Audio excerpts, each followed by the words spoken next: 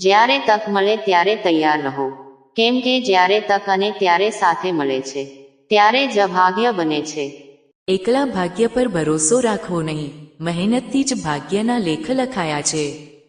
ભાગ્ય અને કર્મ, નસીબ અને પ્રયત્ન બંને એક જ વસ્તુ છે. જેમ કાલનું દૂધ આજે દહીં બને છે, તેમ ભૂતકાળના કર્મો આજે નસીબ બનીને પ્રગટ થાય છે.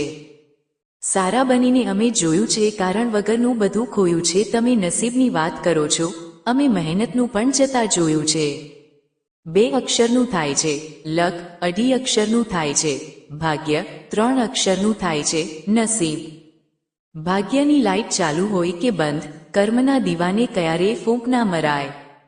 વધારે મળે તેને કહેવાય નસીબ, ઘણું હોય છતાં રડતો રહે તેને કહેવાય કમનસીબ, અને કાંઈ પણ ન હોય તોય ખુશ રહે તેને કહેવાય ખુશ નસીબ.